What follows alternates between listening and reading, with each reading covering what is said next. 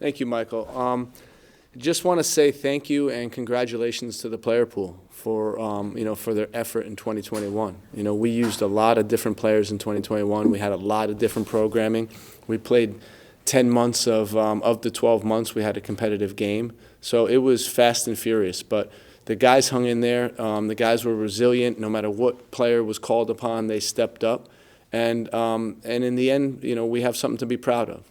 We know that there's a lot of work still to be done, but happy with the effort of this group, particularly to show the resiliency to keep fighting and keep competing, against a very compact opponent, and in the end, we were able to get the victory. So, as we end the year, thank you to the fans, thank you to the players, and thank you for the staff for an excellent year. Thanks, Gregg. We'll start with questions from Brian Strauss from Sports Illustrated. Thanks, Michael. Hey, Gregg. Kind of fun and fitting that your solutions won it late, kind of a theme for the year.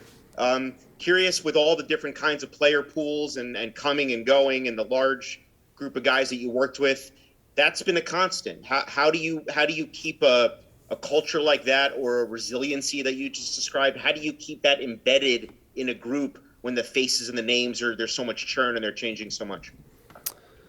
So I think that part of it is just explaining to the guys what we're trying to do, what our vision is and what we're here for, and then the understanding that all this group is a point on the timeline of the USMNT. It's a very special heritage. To be part of this is very special, and to really embrace that. And when the guys had the opportunity, to be able to get the win today, to have the record for wins in a year, they embraced it. And it wasn't pretty, but you saw the grit and determination that they needed, and we pulled through. Next will be Sam Stejskal from The Athletic. Thank you, Michael. Thank you, Gregg. Congrats on the year and on the results. I wanted to ask you about Jordan. I asked you about him the other day. But what did you see from him overall over these last couple of weeks here, both in terms of his fitness and how explosive he was able to be? We saw a little bit of that tonight. And his form and his sharpness. And where do you think kind of he stands now as he continues to kind of work off the rust and potentially get his way back into a qualifying roster? Yeah, he's getting there. It's what you see with Jordan is the speed, the ability to get behind the opponent's back line, and we were pleasantly surprised with him in camp. I think our expectations were that he wasn't going to be as fit as he was, and you see he's trying to work off that rust, and he's doing a great job. The thing about Jordan is he's got a fantastic mindset.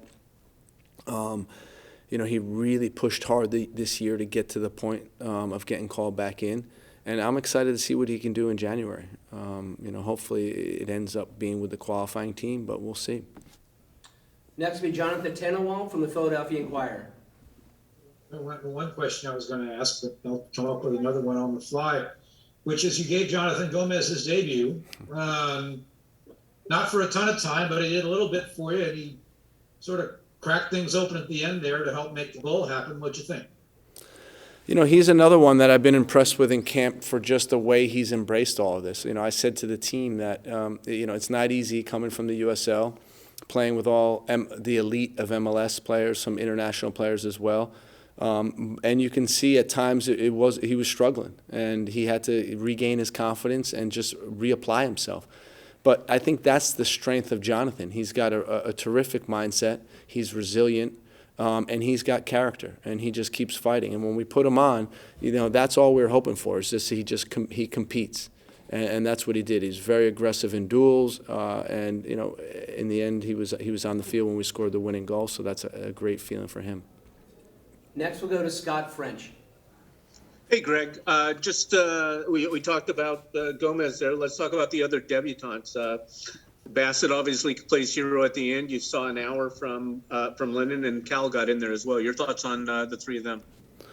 So, Brooks is a guy that I thought started the game well, and then it ran into some difficulties, but embraced the battle and what it was. Cade came in, and we knew that if we had any type of space or in transition, if they attacked at all, that he was going to open them up behind the back line, and he was competing. And then Cole Cole's a guy that, Anthony Hudson was urging to put him on because of the impact he can make and the goals that he has in him. Cole's a guy that shows up and scores goals. And we're seeing that during the week with his finishing ability, and he showed that again tonight. So real happy for all of them. They just joined the Brotherhood of the USMNT. So with the 4 debuts tonight, that moves the total under Gregg to 53, which is third most all-time among U.S. coaches. Cole Bassett becomes the 57th player to score in his debut, and we'll be hearing from Cole following Gregg. Next will be Drake Hill from the Tennessean. Yeah, Greg, you've been pretty adamant and consistent with obviously what this camp was for, and continuing and bringing the continuity into January and keeping the eyes on January camp and the fitness. I'm curious to know from the guys that obviously have been in there for the qualifiers, guys like Walker and Kellen and those guys. How were you able to manage what you wanted to see from those guys tonight with obviously bringing those debutants in there and seeing guys like Brooks, who you've wanted to be in the camp for quite some time? It was a balancing act. I mean, it was walking the line of making it bearable for the guys, right? Making it fun for the guys. We know what the schedule's like. We know that most of their colleagues are on vacation right now, and they're playing, but I think they understood that. And the older guys, the veterans, when I think of Kellen and Aaron Long and Walker Zimmerman and Matt Turner and Christian Roldan, I mean, these guys came with absolutely the right mindset. When we were on the field, they worked hard, and when they're off the field, they enjoyed each other, enjoyed the camp, and really helped integrate some of these younger players into the program. Next will be Paul Kennedy from Soccer America. Congratulations, Greg, and happy holidays to you and your family. Thank you, Paul. In January, will you hope to get any friendly games scheduled or scrimmages, given the fact that so many guys have had time off, and that sort of shows today, but also how hard it is to find teams in January is going to be easy. Yeah, I mean, listen, I know exactly what you're saying. We're going to try to get some scrimmage games going, or we're going to get some scrimmage games, and that should help. But it's not going to be perfect, and we're going to deal with it. We're going to do our best, and to get these guys fit and to play a role in January qualifying window. We'll go to Ivis Galarsep from SBI Soccer. Greg, Brian Reynolds obviously he wasn't there for the first week. He stayed with Roma. He dealt with some adversity last week with Roma. He comes in. He still manages to get 28 minutes in this game.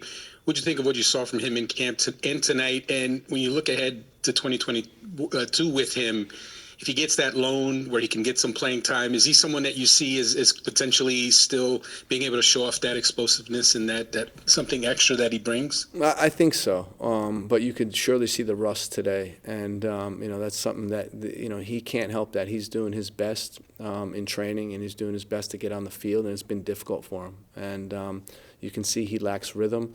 He's a player that we believe in as a staff. We think he has he's a top talent, and he has really high potential. But he needs to be playing regularly. He needs to get rhythm if he's going to help us in qualifying. Next will be Katia Costarena from ESPN.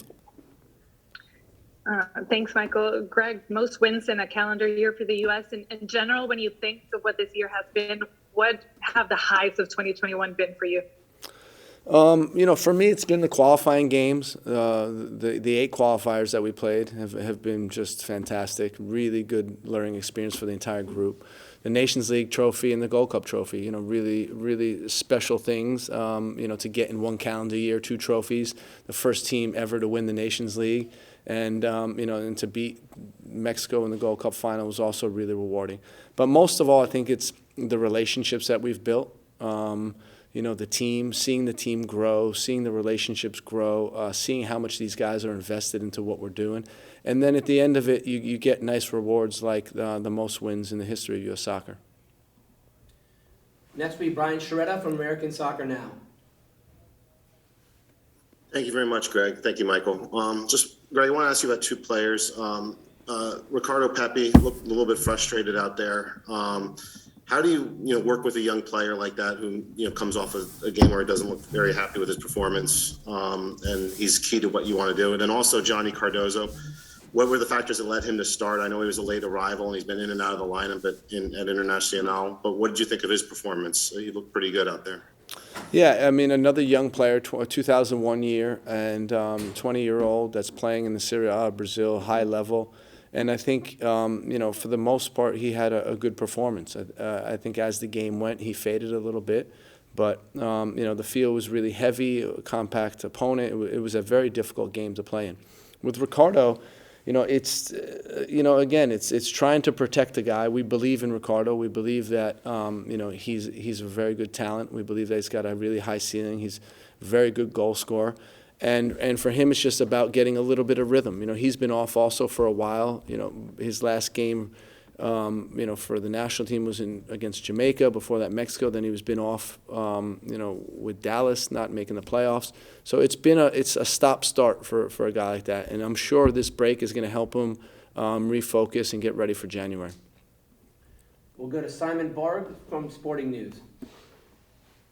Hi, Greg. The team pulled it out in the end there, and it was a gritty finish. But I'm curious, especially when the teams were even 11 on 11, is there anything you wanted to see the team do differently to maybe take advantage of the opportunities you were getting? Just your general analysis of that phase of the game. Actually, I think the worst thing that happened was that they got the red card.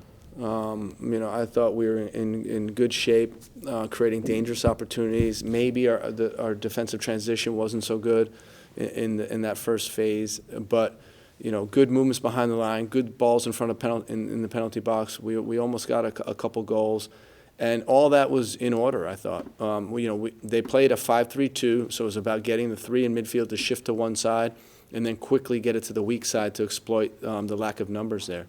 And at times it worked well. At times we had great combinations in wide areas. But then when they went to 5-3-1, it became very difficult because there was no space between the lines, and we didn't move the ball quick enough. But overall, it still shows the resiliency of the guys that were able to get the win.